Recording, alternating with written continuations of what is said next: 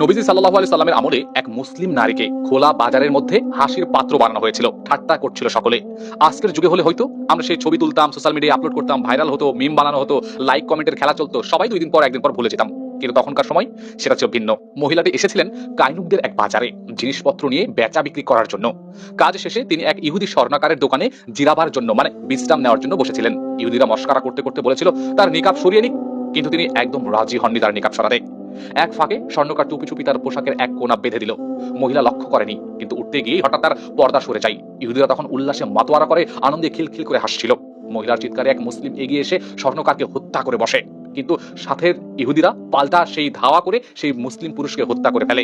কায়নুকদের এমন বর্বরতা নবী করিম সাল্লাল্লাহু আলাইহি সাল্লাম অনেক দিন ধরে সহ্য করেছিলেন, কিন্তু এবার আর ছাড় দেওয়ার উপায় নেই। নবী করিম সাল্লাল্লাহু আলাইহি সাল্লাম সরাসরি ফৌজ নিয়ে ছুটলেন। টানা 15 রাত ধরে কায়নুকদের অবরোধ করা হলো।